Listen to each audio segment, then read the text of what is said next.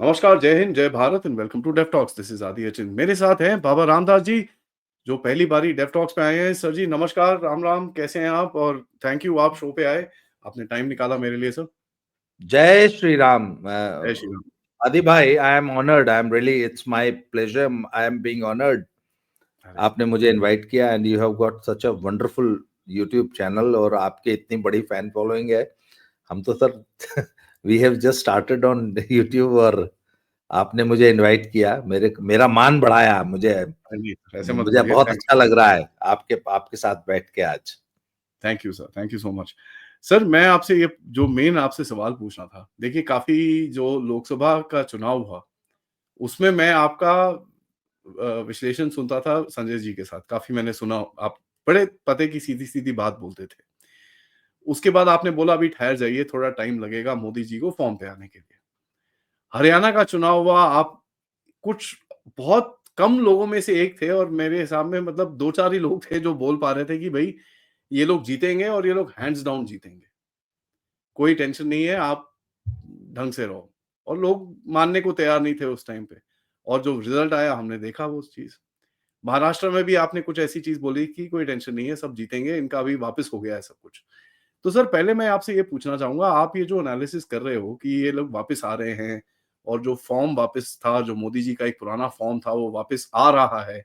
ये आप किस तरह करते हो सर? क्या-क्या चीज़ें देखते हो? तो ज़रा हमको भी समझाइए, हम भी समझें आपके पैरामीटर्स, ताकि हम भी उन चीज़ों पे नज़र रख सकें सर। सर देखिए, भारतीय राजनीति की एक बड़ी कड़वी सच्चाई है। आप उसको on paper in principle deny कर सकते हैं, पर सच्चाई यह है कि सर भारतीय राजनीति से, भारतीय लोकतंत्र से, भारतीय चुनावी प्रक्रिया से आप जाति व्यवस्था, हुँ, जातीय वोट बैंक को इग्नोर नहीं कर सकते। और आपको जब भी एनालिसिस करना होगा जातीय विभाजन, जो कास्ट की जो अलाइनमेंट है, जी। वो किस पार्टी के प्रति किधर है, जब तक आप इसका एनालिसिस नहीं करेंगे आपका एनालिसिस कभी सही नहीं होगा। हम बता रहे हैं कि हमारा एनालिसिस लोकसभा में गलत हुआ, पर लोकसभा में तो सबका ही गलत हुआ, हमारा क्या। प्रीटी मच, हाँ पर जी। सर एक बात बताइए ना, आप, मैं हमेशा एक बात कहता हूं, मान लीजिए आपको पूछा जाए, अगर आप फुटबॉल लवर हैं, कि भैया ब्राजील और अर्जेंटीना का वर्ल्ड कप फाइनल होने जा रहा है, तो what should be the tentative score. तो आप हो सकता बोले यार देखो बॉस, ब्राजील मारेगी और 3-2 का स्कोर रहेगा। जी। मैं कहूंगा अरे छोड़ो, अर्जेंटीना बहुत फॉर्म में है, अर्जेंटीना ठोक देगी इस बार, और 3-2 अर्जेंटीना मारेगी ब्राजील को। सर यही तो प्रेडिक्ट करोगे। अब आपको ये थोड़ी ना मालूम है कि ब्राजील की पूरी टीम है वो अर्जेंटीना से पैसे खा के बैठी है, मिल गई है, या या या ब्राजील के गोलकीपर ने डिसाइड कर रखा है कि मुझे तो गोल रोकने ही नहीं है। तो तब तब कोई प्रेडिक्ट नहीं कर सकता कितने गोल हो जाएंगे, 2 दर्जन भी हो सकते हैं। आप तो स्टैंडर्ड कंडीशंस में ना आप किसी चीज को प्रेडिक्ट करते हैं। तो सर भारतीय लोकतंत्र में चुनाव वोट से एक दिन पहले डिसाइड होता है। हरियाणा का भी जब हम चुनाव प्रेडिक्ट कर रहे थे तो हम सिर्फ एक ही बात को डिस्कस कर रहे थे, बाकी सब ठीक है, जो शैलजा का दलित वोट है वो किधर जाएगा। जी। सर मैं इस बात को मंच से कहने में थोड़ा सा हिचकिचाता हूं, यूपी की 40 सीटें जो बीजेपी हारी है वो हारी नहीं है, वो थाली में परोस करके दी गई हैं। सही बात। अब सर है, अब किसने सोचा था कि भाई, हम तो स्टैंडर्ड कंडीशंस को प्रेडिक्ट कर रहे थे ना कि यार ऐसा ऐसा होगा तो ऐसा होगा। अब हमें क्या जी। मालूम अंदर अंदर कौन सी खिचड़ी पक रही है, अंदर अंदर आरएसएस क्या सोच रहा है, अंदर अंदर योगी जी क्या सोच रहे हैं, अंदर अंदर मोदी जी और अमित शाह जी की क्या खींचतान चल रही है। है, तो सर उसको ऐसी चीजों को कोई प्रोडिक्ट नहीं कर सकता। तो खैर चलिए, इस पे बहुत ज्यादा समय नहीं लगाएंगे हम। तो सर मेरा जो भी एनालिसिस होता है, मैं तो जातीय समीकरणों को एनालाइज करता हूं। हरियाणा में भी हमने यही किया, महाराष्ट्र में भी हमने यही किया। सर जो महाराष्ट्र में जी जी, आप पूछिए। सर जो अभी ये पूरा अंबेडकर जी के ऊपर इतना जो पॉलिटिक्स चढ़ी है, उसका मेरा तो एक नजरिया है कि ये जो जाति का इनका जो नैरेटिव था, उस वो जो जाति गणना जनगणना और ये चीजें तो फेल हो गई। तो ये दूसरी तरफ से लेके आने की कोशिश कर रहे हैं कि अभी अंबेडकर जी का जरा इशू उठाइए, उसमें अमित शाह जी को तो फंसा दिया आपने, वो ठीक है, बट दूसरी तरफ से जातीय जो जनगणना है और ये जाति कास्ट का जो नैरेटिव है, इसको वापस लेके आने की कोशिश कर रहे हैं। आपका क्या मानना है सर इसके ऊपर? सर कांग्रेस जब तक देश में रूल करती थी, उसके पास 4 मेन पॉलिटिकल वोट बैंक्स हुआ करते थे। सबसे पहला ब्राह्मण, नंबर 2 मुसलमान, नंबर 3 दलित, नंबर 4 आदिवासी। तो ब्राह्मण में सारा सवर्ण हो जाता था। ब्राह्मणों में मोस्टली सब सिर्फ ब्राह्मण नहीं थे, सवर्ण कांग्रेस के वोटर्स हुआ करते थे, प्लस कांग्रेस क्या, प्लस मुसलमान, प्लस दलित, प्लस आदिवासी। सर काला धीरे धीरे धीरे धीरे बाबरी मस्जिद के बाद मुसलमान छोड़ के चले गए।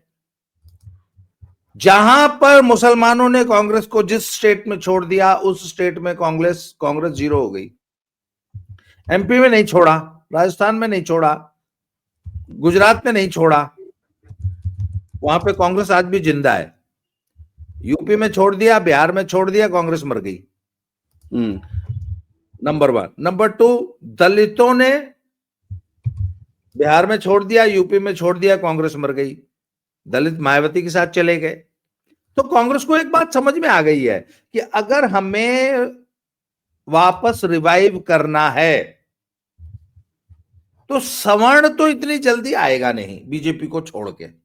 करेक्ट। यूपी बिहार का मुसलमान और दलित, ये 2 वर्ग अगर आप तोड़ लेते हैं, तब आपका रिवाइवल हो सकता है। ये कांग्रेस को बात समझाई गई है। तो इन्होंने सबसे पहले तो ओबीसी की ट्राई की, भाई ओबीसी की जनगणना जनगणना जनगणना। तो उन्होंने कहा यार 2 चुनाव में हमने ये आजमा के देख लिया, ये फॉर्मूला तो चला नहीं। तो अब सर इनका 2 निशाना है, एक मुसलमान, दूसरा दलित जी। ये संभल में और यूपी में जो इतना हाइपर एक्टिव हुई है, और संभल में जो ये कूद के जा रहे थे भाई बहन दोनों, और संभल में जो ये जो पत्थरबाजी हुई है और उसके बाद सब कुछ हुआ है। तो अब इस वक्त यूपी में तो खींचतान चल रही है, अखिलेश वर्सेस राहुल। हाँ जी। ये जो और अभी जो ये अंबेडकर जी को लेकर जो बयानबाजी और उसके बाद जो ये बवाल कर रही है कांग्रेस, ये इनफैक्ट ये लड़ाई बीजेपी से नहीं है सर, ये लड़ाई इंडी अलायंस की आपस में है, जिसमें सारे का सारा संघर्ष जो है वो दलित और मुसलमान वोटर के लिए है। अखिलेश से मुसलमान वोट छीनना है कांग्रेस को, और बहन जी से दलित वोट छीनना है। इसलिए कांग्रेस पूरी कोशिश कर रही है कि दलितों और मुसलमानों की पॉलिटिक्स की जाए, और एक झूठा फर्जी अधकचरी आधी क्लिपिंग दिखा, जैसे हम लोगों ने आलू में से सोना निकलवा लिया था इससे। भाई हमने भी तो एक उसके एक भाषण के 15 सेकंड काट के इधर से आलू डालो, उधर से सोना निकालो, इतनी सी क्लिपिंग काट के हमने तो पप्पू बना दिया इसे जी। पर सर हम तो एवरीबडी नोज कि यार उसने ऐसा बोला नहीं था कि आलू में से सोना निकालेंगे। पर सर हमने तो पप्पू को ऐसा स्टैंड अप कॉमेडियन प्रूव कर रखा है, उसने खुद को प्रूव किया। 10 में से 9 मटेरियल मटेरियल वो खुद देता है, एक आधा हम बना लेते हैं।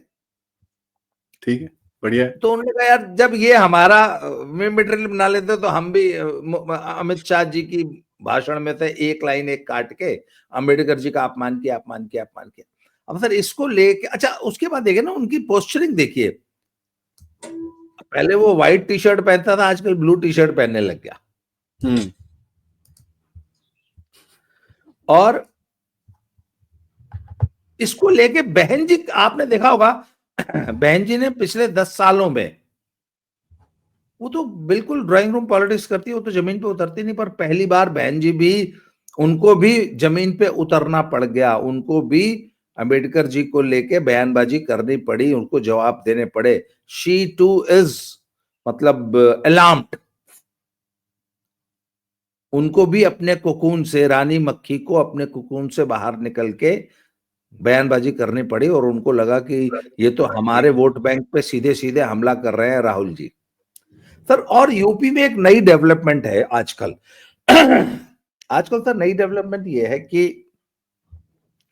आजम Khan is disgruntled with Samajwadi party, और 2022 के विधानसभा चुनाव से पहले ही आजम खान जो है वो ही was planning to break away, पर वो उस वक्त कच्चा गाड़ा था, तैयारी पूरी नहीं थी, तो आजम खान रुक गए। अब सर लेटेस्ट डेवलपमेंट ये है कि आजम खान विद चंद्रशेखर रावण और ओवैसी, ये मिलके एक फ्रंट बनाना चाहते हैं।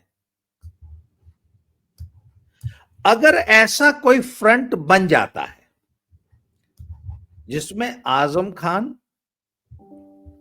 विद चंद्रशेखर रावण विद ओवैसी, अगर एक फ्रंट ये बन जाए और इनका प्री पोल अलायंस हो जाए राहुल गांधी से,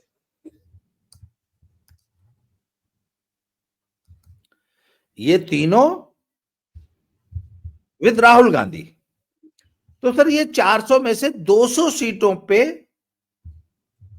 बड़ी अच्छी फाइट देने की पोजीशन में आ जाती हैं। वो 200 सीटें जो मुस्लिम बहुल हैं।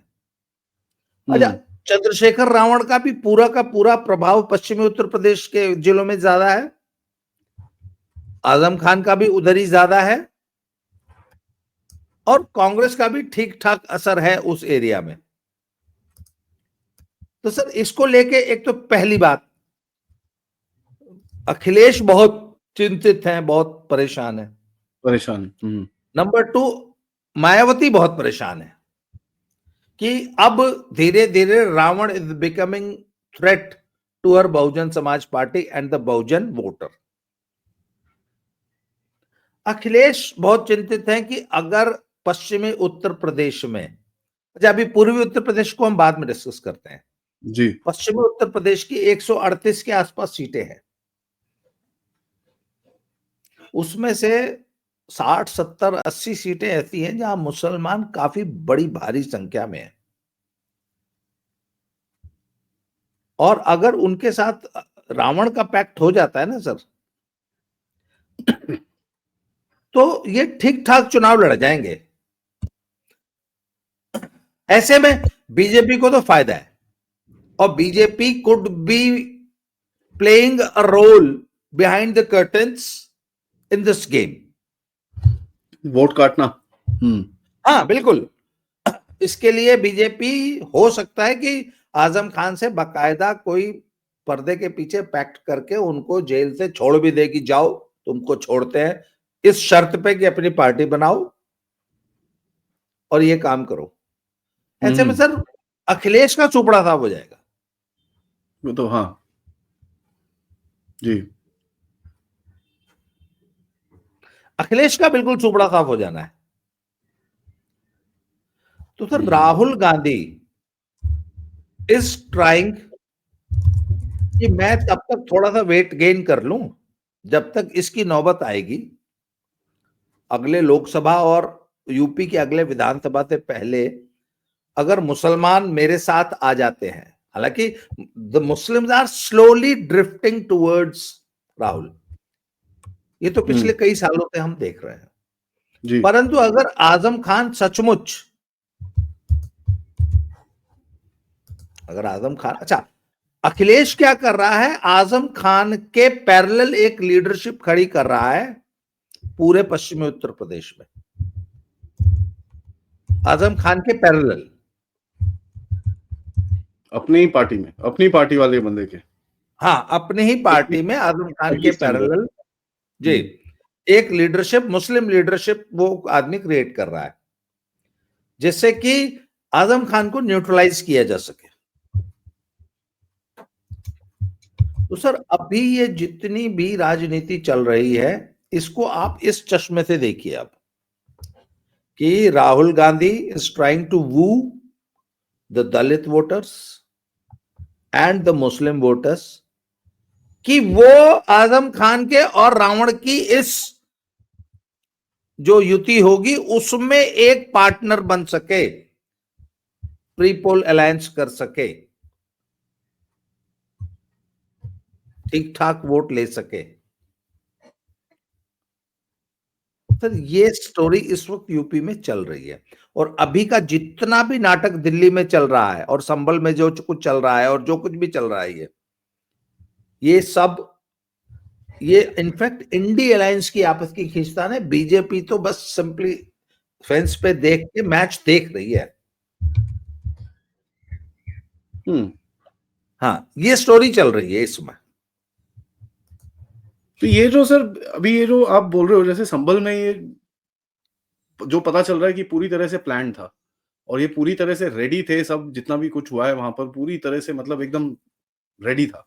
तो इसका अभी यही एक वो नैरेटिव निकालने की कोशिश कर रहे हैं कि इनको जरा थोड़ा सेपरेट किया जाए और अखिलेश साहब का गेम साइड में किया जाए, क्योंकि अखिलेश जी की तरफ से संभल के बारे में कुछ ज्यादा बोला नहीं जा रहा, बड़ा चुप से हैं वो।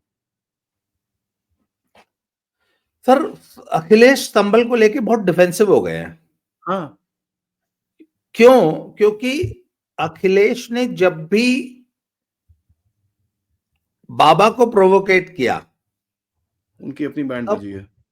तब मुसलमानों का बड़ा भारी नुकसान हुआ है। जब जब उन्होंने बाबा को प्रोवोक किया, जब जब उन्होंने उंगली की, बाबा ने बांस कर दिया, चाहे फिर वो इलाहाबाद हो, चाहे गाजीपुर हो, चाहे जहां, मतलब आप इफ यू टच बाबा तो वो छोड़ेंगे नहीं। सर संभल में अच्छा बीजेपी ने इधर एक और बहुत स्मार्ट वर्क किया है।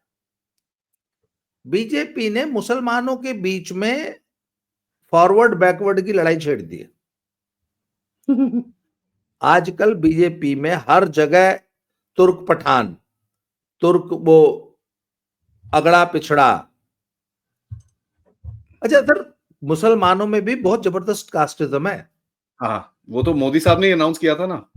हाँ, तो सर वो एक फॉल्ट लाइन है भाई। 72 फिरके जो थे सो थे सर। ये जो फॉल्ट लाइन है ना कि अगड़ा मुसलमान पिछड़ा मुसलमान, अगड़े मुसलमानों में भी जो क्षत्रिय कम्युनिटी जो के जो लोग थे या जो फॉरवर्ड्स थे जो मुसलमान बने थे, वो आज भी इन पिछड़ों के साथ, मुसलमानों में भी जो दलित मुसलमान है उनके साथ रोटी बेटी का संबंध नहीं रखते।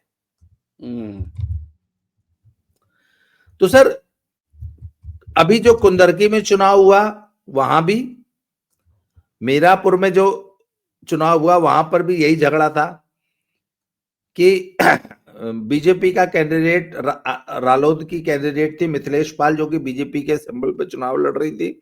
तो she was the Hindu candidate. उनके सामने 2 मुसलमान थे, एक तुर्क थी, हाँ एक तुर्क थी, एक झोजा। तो झोजादार बैकवर्ड्स। तो हमें एक मुसलमान मिला, मैंने उसका इंटरव्यू किया था, मैंने अपने वीडियो अपने चैनल पे भी डाला था। वो कहते जी उसके तो 12,000 वोट है, 65,000 वोट तो हमारे हैं। तो जो झोजा था वो खड़ा किया था चंद्रशेखर रावण ने, तुर्क खड़ा किया था समाजवादी पार्टी ने। तो वहां पे मुसलमान आपस में लड़ रहा था, तुर्क और झोजा। यहां पे क्या नाम जो आपका कुंदरकी था, यहां पे तुर्क पठान लड़ रहे थे। तो सर बात यह है कि ये मुसलमानों में जो अगड़े पिछड़े की लड़ाई शुरू हुई है, इसका फायदा कोई तो उठाएगा। तो अब सर यहां पे क्या है कि अखिलेश ने, अच्छा जिन लोगों ने ये बाबा के बुलडोजर एक्ट की कार्रवाई के खिलाफ जो सुप्रीम कोर्ट गए, सुप्रीम कोर्ट ने जब वो उस पे क्या नाम अगली तारीख तक स्टे लगा दिया या ऐसे गाइडलाइंस लगा दी, तो इन लोगों ने बहुत, ये लोग उछल उछल के डांस कर रहे थे कि अब बुलडोजर को हमने जो है हमेशा के लिए जो है उसको गैराज में बंद खड़ा कर कर दिया है। आज के बाद बुलडोजर के हमने बैटरी निकाल ली, हमने तो इंजन ही निकाल लिया, हमने तो पहिए निकाल दिए बुलडोजर के, अब बुलडोजर नहीं चलेगा। और अब बुलडोजर ने पूरा संभल प्लेन कर दिया हुआ है। और अगले ही दिन बाय द वे तो सर मुसलमान ये कहते हैं कि यार बाबा, मान लो पहले बाबा किसी क्रिमिनल का एक आध घर तोड़ देते थे, हाँ, तुमने बाबा को छेड़ दिया, सुप्रीम कोर्ट से ऑर्डर लिया है, अब बाबा पूरा शहर तोड़ देते हैं। अच्छा, पहले बाबा सिर्फ क्रिमिनल्स के, माफियाओं के घर तोड़ते थे, अब तो बाबा हमें बिजली चोरी में नहीं जीने देगा। करेक्ट। अच्छा, आप स्टे ले आए कि मस्जिद के नीचे खुदाई नहीं होगी। सर मस्जिद के बाहर ही खुदाई करने के लिए बहुत जगह है, पूरा संभल, पूरा चंदोसी खोद दिया बाबा ने, ठीक है, मस्जिद नहीं खोदेंगे। पूरा संभल खोद दिया सर, पूरी पूरी चंदोसी खोद दी, इतनी बड़ी बावड़ी निकाल दी, 52 कमरे हैं, पता नहीं कितनी तो सुरंगें हैं। आ जाओ, हर शहर में से कानपुर में 125 मंदिर हैं जो कि बंद पड़े हैं, जिसपे मुसलमानों ने अवैध कब्जे कर रखे हैं। वो तो खुल रहे हैं बैक टू बैक। करेक्ट।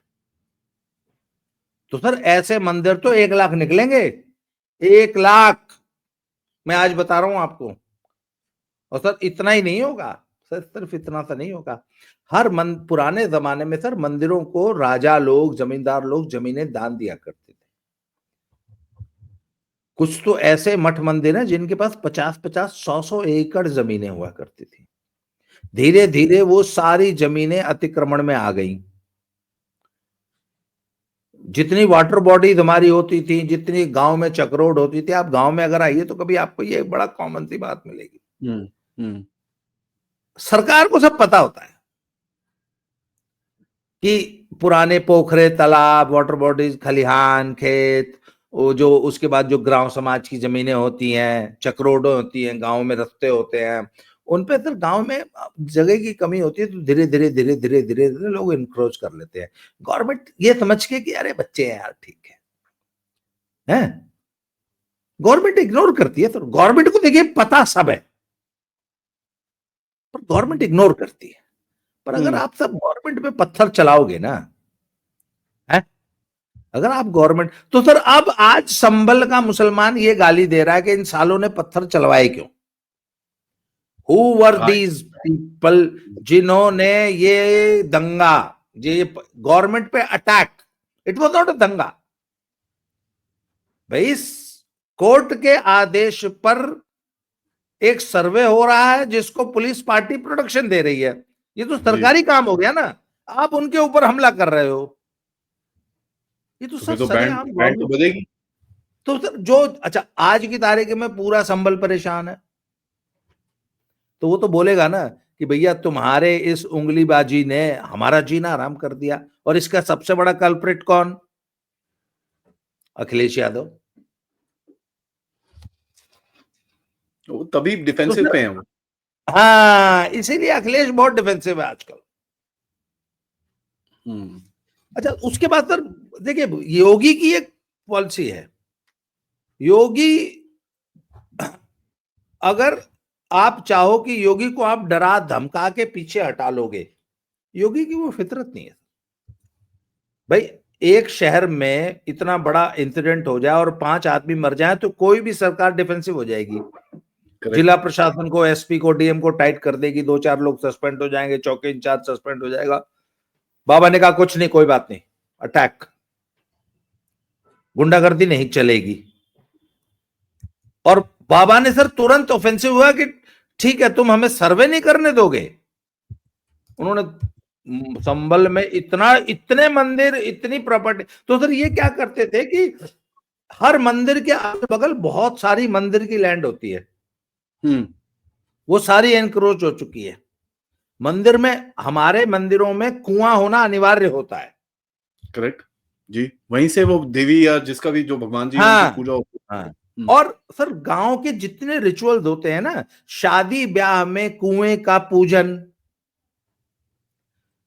जी कुआं जी बहुत इंपॉर्टेंट पार्ट होता है लोक जीवन का।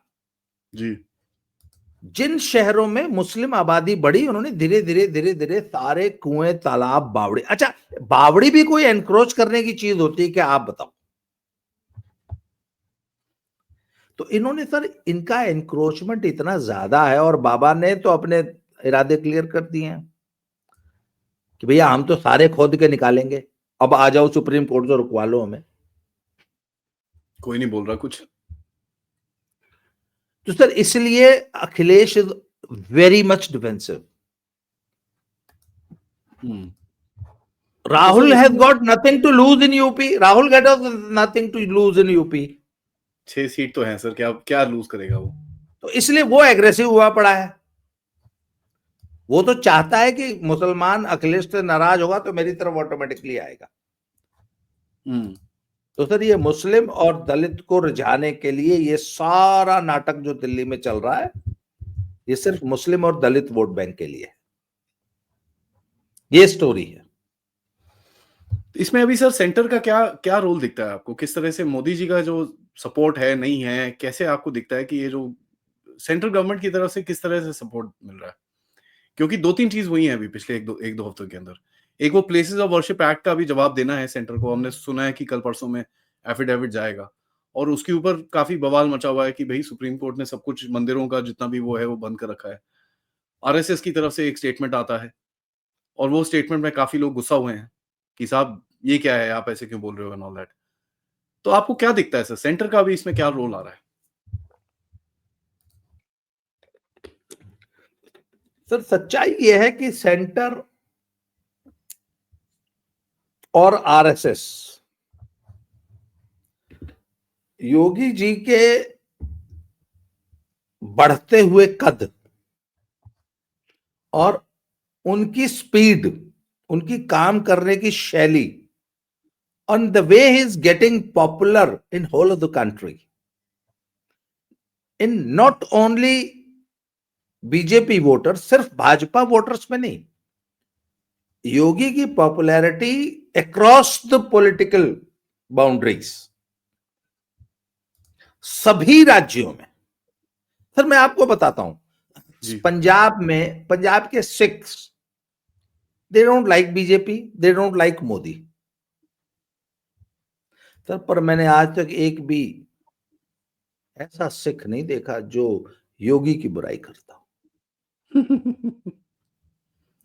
वो जिंदगी में कभी बीजेपी को वोट नहीं देगा, वो अलग बात है, but he is a great fan of योगी।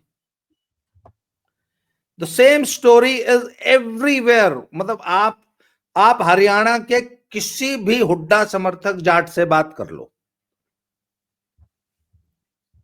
कट्टर कांग्रेसी हुड्डा समर्थक जाट, उसके सामने मोदी का नाम ले दो, वो 100 गाली देगा। उसके सामने बाबा का नाम ले दो, उसका सिर श्रद्धा से झुक जाएगा, बल्कि बाबा के नाम पे हो सकता है वोट भी दे दे बीजेपी को। तो सर बाबा का जो कद बढ़ रहा है और हिंदुओं में बाबा की जो पॉपुलैरिटी बढ़ रही है, एक तो मुझे लगता है कि जो बीजेपी का या आरएसएस का जो टाइम टेबल था, वो तो 10-20 साल का टाइम टेबल बना के चलते हैं ना। मुझे लगता है कि उस टाइम टेबल में जो योगी जी फिट हो रहे थे, वो पीएम की कुर्सी के लिए शायद आज से 15 साल बाद कहीं जाके उस टाइम टेबल में उनको फिट किया होगा। परंतु मुझे ऐसा लग रहा है कि योगी को लेके भारत की जो आम वोटर है ना, वो कुछ ज्यादा अधीर हो गया। हमारे जैसे लोग, we are not ready to wait for another 15-20 years. हमें तो आज ही चाहिए योगी जी। इस बात को बीजेपी की हाईकमांड और आरएसएस दोनों महसूस कर रहे हैं।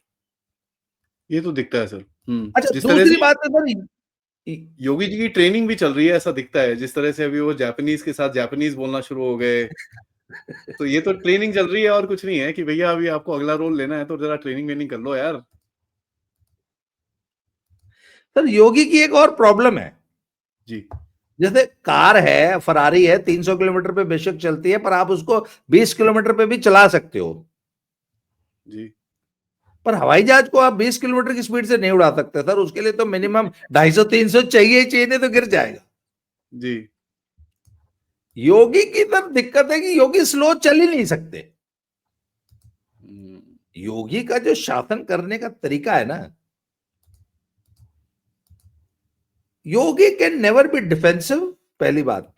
तो इन्होंने सर पहले 5 साल तो योगी को स्पीड गवर्नर लगा के वो हमारे यूपी की रोडवेज की बसों में ना स्पीड गवर्नर लगे होते हैं, मतलब ऐसा बांध दो कि 60 से ऊपर जाए ही नहीं। जी।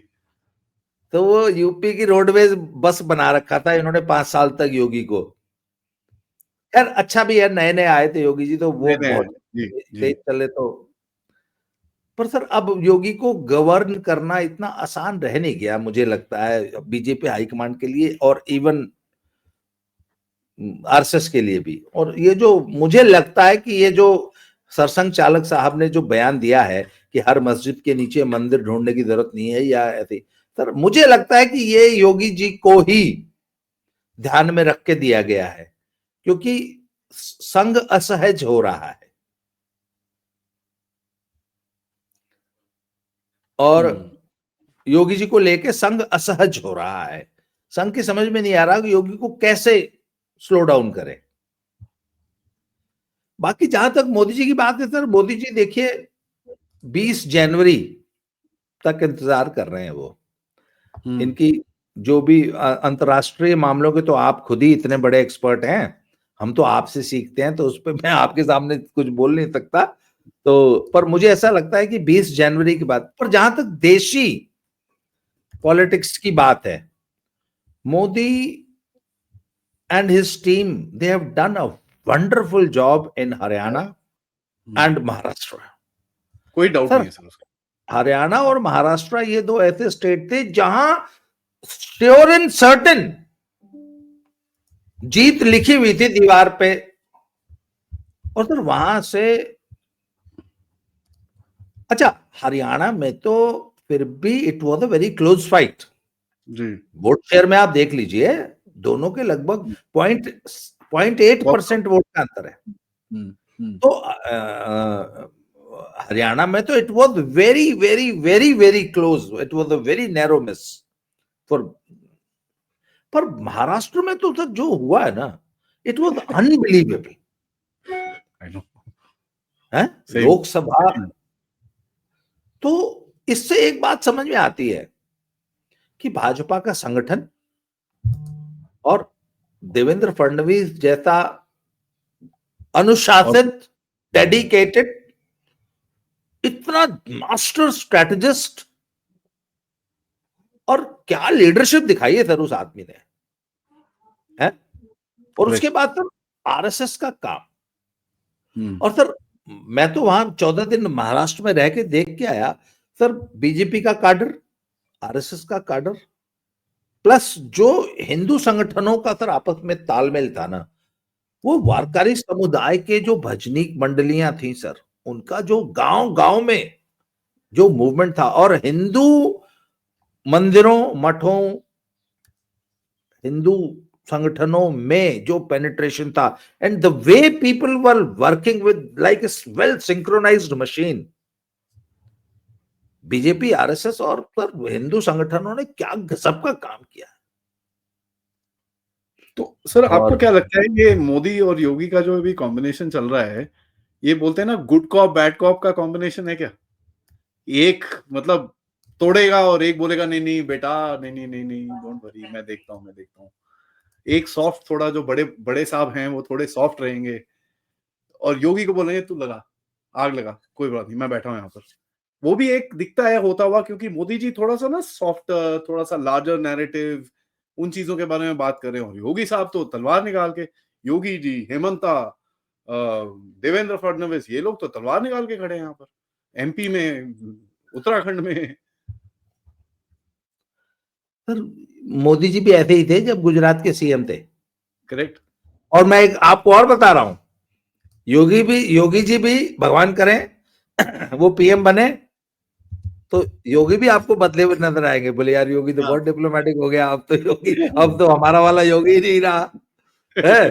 अब तो अच्छा, योगी जी को आप आज पीएम बना दो, लोग तुरंत कहना शुरू कर देंगे कि यार योगी जी भी जो है नोबेल पीस प्राइज के चक्कर में पड़ के लगता है। वो तो सर सर बकवास वाला नैरेटिव है एकदम, मतलब तो इससे प्राइम बेवकूफी मिनिस्टर वाला की, नैरेटिव नहीं दिखता मेरे को। हाँ, तो प्राइम मिनिस्टर की सर जो जिम्मेवारियां हैं और जो उनको पूरे देश की इकोनॉमी भी देखनी है नेशनल इंटीग्रेशन और नेशनल सिक्योरिटी, और उसके बाद अंतरराष्ट्रीय संबंध, कूटनीति, दुनिया भर का उनको देखना है सर। आज के टाइम में when we are sitting on a world war is looming, जी जी ऐसे में जी, सर जरा सी एक छोटी सी गलती देश को या तो बर्बाद कर देगी, तहस नहस कर सकती है। इसलिए सही बात सर। मोदी आज जिन परिस्थिति, वो कहते हैं ना सर, वो जब जब आप माइंस बिछे हुए खेत में चलती हैं जब सेनाएं, तो एक गलत कदम आपको उड़ा देगा। तो sir correct. Modi is like a soldier who is walking on mines. तो मोदी को तो सर एक एक कदम बड़ा संभाल के रखना है ना। योगी तो सिंपली उनके जिम्मे तो सिर्फ यूपी है। तो we can not compare Modi and Yogi. हम्म। और मोदी ने, अच्छा, मोदी तो शुरू से एक बात कहते हैं कि भैया मैं स्टेट गवर्नमेंट्स के काम में और अपनी जो स्टेट्स की जो लीडरशिप है उनके काम में बहुत ज्यादा इंटरफेयर नहीं करता हूं। हमारा काम है देश चलाना, वो अपना राज्य चला रहे हैं, चलाते रहे और बढ़िया चला रहा है। सर योगी जी उस मामले में he is doing a wonderful job. वो तो बोलते ही आज हैं यूपी प्लस योगी बड़ा है उपयोगी, वो तो बोलते ही हैं, खुद ही हाँ, बोलते हैं। और यूपी में तो इतना जबरदस्त काम हो रहा है सर, आपको पता है पिछले 2 दिनों में योगी की पुलिस ने 3 मेजर एनकाउंटर्स किए हैं, जिसमें जी 3 खालिस्तानी आतंकवादी जो कि गुरदासपुर में वांटेड थे उनको निपटाया है। इसके अलावा सर परसों लखनऊ की एक इंडियन ओवरसीज बैंक की शाखा का वो दीवार काट के, सेंध लगा के, लॉकर्स काट के, 40-50 लॉकर काट के ले गए थे। जी। उसमें भी तब जितने भी लोग इन्वॉल्व थे उसमें से 3 का एनकाउंटर कर दिया, एक का आज रात को किया है। तो सर योगी जी का जो मतलब जीरो टॉलरेंस है ना टुवर्ड्स क्राइम, हम्म। वो तो उसकी तो मिसाल ही नहीं मिलती पूरे देश में। वो तो वर्ल्ड फेमस है सर। तो सर ये योगी मोदी की जो कंपटीशन है या राइवलरी है या जो कुछ भी है, ये सब फालतू की बात है। हाँ, मुझे ऐसा, मैं ये मानता हूं कि संघ का या बीजेपी का एक टाइम टेबल होगा और उस टाइम टेबल में आई थिंक योगी जी, मोदी जी जब भी रिटायर होंगे उसके बाद 1 या 2 टर्म हो सकता है उन्होंने अमित शाह जी के लिए सोच रखा हो, और उसको मैं गलत नहीं मानता। आज ही हम लोग एक जगह बैठ के डिस्कस कर रहे थे, मेरा ये मानना है कि Amit Shah should get at least 1 term as the prime minister. तब तक योगी जी भी थोड़ा मैच्योर हो जाएंगे। And moreover UP needs Yogi badly for at least 1 more term. 15 साल तक यूपी को योगी जी चाहिए। ये सर ठीक है, आपकी बात से मतलब मैं, बोलते हैं ना, कोई परसेंटेज नहीं है जितना मैं सहमत हूं आपकी बात से, क्योंकि आपने यूपी से इनको हटाया और हाँ, जितना काम हुआ है वहां पर वो पूरा नीचे गिर जाएगा सर। आपकी बात एकदम, बोलते हैं ना, टारगेट के बीच में, कब बीच में जाके लगी है। मैं तो अभी होके आया सर कानपुर से थोड़े टाइम पहले, दिखता है चेंजेस हो रहे हैं, लेकिन टाइम है सर, अभी टाइम है। सर अभी सिर्फ 7 ही साल तो हुए ना। 7 सर, यूपी जैसे बीमारू स्टेट को स्टेबलाइज होने के लिए, ऊपर आने के लिए, गड्ढे में से बाहर निकालने के लिए 15 साल मिनिमम चाहिए। Correct sir. जैसे भारत को 15 साल मिनिमम चाहिए सर, हाँ, तो 10 साल ही हुए हैं हमको काम करते हुए। अभी तो एक जगह पे आए हो जहां पर ऐसे दिखता है कि भैया अभी हुआ है, नहीं हुआ, आधा इधर बचा है, आधा उधर बचा है, दुनिया में ये कचरा चल रहा है, ये वो। वैसे ही यूपी का भी वही हाल है अभी। अभी तो टाइम है यूपी के लिए। बहुत सही बात बोली सर आपने। मेरे मेरा आप मैं आपसे पूरी तरह से सहमत हूँ। सर आखिर में मैं आपसे एक सवाल पूछूंगा। अभी आने वाले हैं 2 चुनाव, एक है दिल्ली और एक है बिहार। ऑल्दो दिल्ली में लोग इतना पॉलिटिकली उसको इतना इंपॉर्टेंट मानते नहीं है, लेकिन फिर भी सेंटर है, वो केजरीवाल, ये वो जो भी पूरा कचरा है वो सब है। इन दोनों चुनावों में एक जो चीज़ मुझे दिखती है, जो बाहर बड़ी ज़ोर से आएगी कि ये जो इल्लीगल बांग्लादेशी घुसे हुए हैं और इनके ऊपर क्रैकडाउन तो शुरू हो रखा है सर, वो तो दिख रहा है। जिस तरह से दिल्ली में मोटा क्रैकडाउन शुरू हुआ है, हर जगह एक्चुअली। यहाँ तक कि कांग्रेस के स्टेट्स या इंडिया अलायंस के स्टेट्स के अंदर भी क्रैकडाउन शुरू हो चुका है। ये भी दिख रहा है हमको। तो आपको क्या लगता है सर, किस नैरेटिव को लेके ये लोग आगे जाएँगे? क्योंकि बँटोगे तो कटोगे, एक रहोगे तो सेफ रहोगे। जब ये फैला महाराष्ट्र में, उसकी आग हमने देखी है, किस तरह फैला। क्या यही नैरेटिव वहाँ पे भी चलेगा कि कुछ और आएगा सर? सर मैं आपको बताऊं, अभी दिल्ली की जो रिपोर्ट्स है, मेरे एक दोस्त थे वो बता रहे थे कि दिल्ली से ये बांग्लादेशी देन रोहिंग्यास भाग भाग के they are moving towards Ajmer. ये जी, अजमेर में इनका एक बहुत बड़ा एक जत्था जाके वहां पे पहुंचा है। तो अजमेर, वहां राजस्थान के लोग परेशान हुए तो उन्होंने वहां चिल्लाना शुरू किया। जी, सर बात यह ना कि मुझे ऐसा लगता है कि ये कहना बहुत आसान है, पर हमने ये इतनी ज्यादा बड़ी भारी संख्या में इकट्ठे कर लिए हैं बांग्लादेशी देन रोहिंग्या कि हुँ, इनको सबको इतनी जल्दी एक साथ निकाल के कहीं डंप कर देना वो इतना आसान नहीं है, बिकॉज सही द बात। Number is huge huge hmm, huge. Hmm, और दूसरी एक समस्या ये है इधर की, मोदी तो निकाल देगा, are we ready to get rid of them? पहली बात तो, एक तो ये सब रहते हैं शहरों में, और शहरों में ये चीप लेबर का सबसे बड़ा सोर्स बन चुके हैं। ये एक बहुत कड़वी सच्चाई है। और सर ये जो शहरी आदमी होता है ना, शहरी हिंदू, सर ये इतना ज्यादा सुविधा भोगी है। आज आप सारी बांग्लादेशी रोहिंग्यास को निकाल दीजिए, घरों में ये जो 3-3 हजार रुपए में ये हमारी आंटियां जो हैं सारा दिन बैठ के जो है वो रीले और शॉर्ट्स देखती हैं, पहले टीवी देखती थी एकता कपूर के सीरियल, और वो बेचारी आगे काम करके जाती है ना, जो एक 3 हजार रुपए में इनको मिली हुई है, वो मिलनी बंद हो जाएगी सर। एक बार दिल्ली में एक रोहिणी की एक सोसाइटी के बगल में ऐसे ही रातों रात एक झुग्गी बन गई, जो झुग्गी झोपड़ी बन गई। हुँ, तो कुछ दिन बाद उनको हटाने लग गए, तो लोकल लेडीज ने विरोध किया, रहने दो, क्योंकि उस सोसाइटी में काम करने वाली सारी हाउसमेट्स हेल्प्स वो हाँ, उसी से आती थी, देखिए। उसी झुग्गी से ही आती थी। तो सर बात ये ना कि हम निकाल तो देंगे, मोदी तो निकाल देगा। पहली बात तो है कि सर एक तो ये सारे के सारे इंडिया अलायंस वाले ये सो कॉल्ड मुस्लिम हैं, जो इनके समर्थक हैं, वो चिल्लाएंगे मुसलमानों पे अत्याचार हो रहा है। होगा क्या कि सर जब गेहूं आप पीसेंगे तो 2-4 घुन जरूर साथ में पिस जाएंगे। एक आध कोई मुल्ला मुल्लाना ऐसा आ जाएगा, बोला जी मैं तो हिंदुस्तानी हूं, देखो मुझे भी निकाल रहे हैं, कागज नहीं है मेरे पास। तो सर हो गया क्या कि ये सारे विक्टिम प्ले करने लग जाएंगे। और ये हुँ, अखिलेश और राहुल गांधी जैसे और तेजस्वी जैसे और स्टालिन और ममता जैसे सारे सिर उठा के खड़े हो जाएंगे, साथ में हमारे वाले भी खड़े हो जाएंगे कि हमारी चीप लेबर तुम भगा रहे हो। तो ये सर बात ये आप सही। इसीलिए इतना आसान है नहीं जितना हम लोग को लग रहा है। फिर भी काम हो रहा है सर, वो बात तो है। फिर भी काम हो रहा है। और सर ये इसकी एक्चुअल शेप क्या लेगी है मैं आपको दिल्ली इलेक्शंस के बाद बताऊं, क्योंकि Delhi is going to get affected from this move. क्योंकि एक तो इन्होंने ना इनके फर्जी राशन कार्ड्स, आधार कार्ड्स और इनके बनवा दिए थे वोटर आईडी कार्ड्स, ये सब वोटर लिस्ट में है। जी, जी, जी।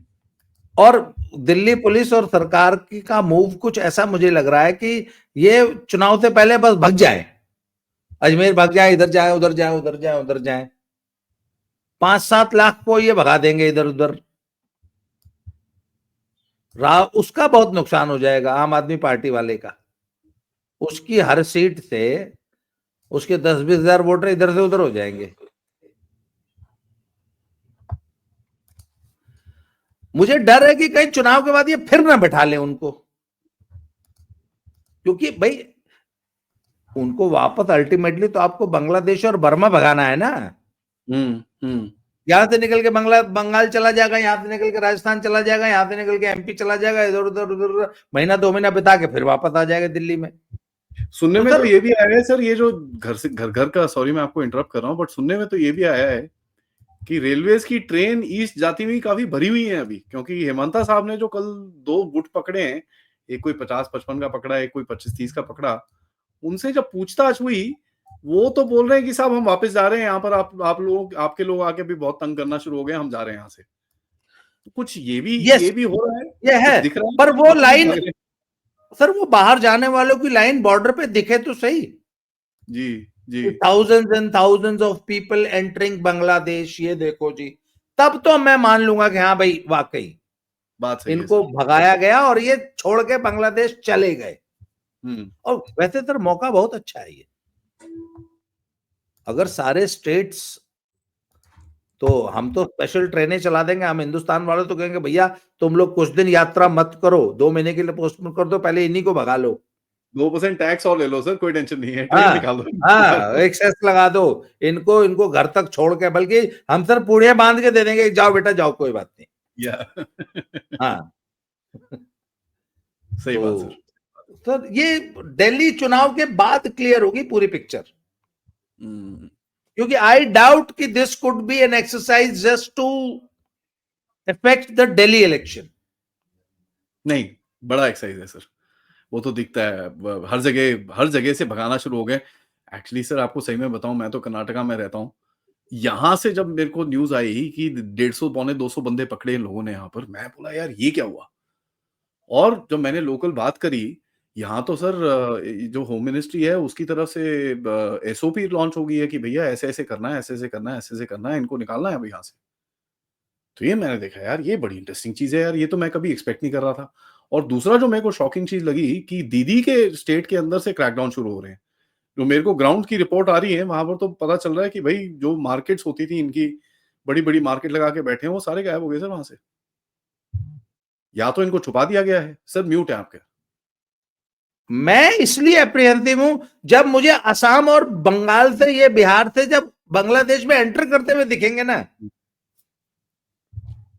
जब वहां से फोटो आ जाएगी कि और देखो ये हजारों की लाइन लगी हुई है और इंडिया ने जो है अपनी बाड़बंदी खोल दी है, ये देखो नदी क्रॉस कर रहे हैं, ये देखो घुस गए बंगाल में, बांग्लादेश में घुसा दिए, मैं तब मानूंगा। अभी ठीक है, अभी तो अंदर ही अंदर ये मंडरा रहे हैं। जैसे मुझे बताया कि यहां से भाग के अजमेर गए हैं, नहीं अजमेर से भगाओ फिर वापस चलो, चलो वापस चलो। ये भारत की सीमा से बाहर जाएंगे, हम तब मानेंगे इस चीज को। उसमें अभी हो सकता है साल भर में तो रिजल्ट आ ही जाएगा। हाँ हाँ, बकरे की माँ कितने दिन खैर मनाएगी। हाँ हाँ, वो तो है सर, वो तो आपकी बात एकदम सही है। और दूसरा चीज, कहीं ना कहीं अभी पीठें टूटेंगी तो कुछ ना कुछ तो इधर उधर निकलेगा बाहर, इतना चुप तो कोई भी नहीं रहता। जी बाबा जी, थैंक यू सो मच, आपने टाइम निकाला सर, बड़ा अच्छा लगा आपसे सीख के। लेट मी जस्ट से, आपने जो चीजें जिस तरह से समझाई हैं, कोई और नहीं समझा पाएगा इस चीज को। बड़ा अच्छा लगा sir, thank you so much. आपसे बाद में दोबारा बात भी चलती रहेगी। नमस्कार, जय जय हिंद, श्री राम। जय श्री राम।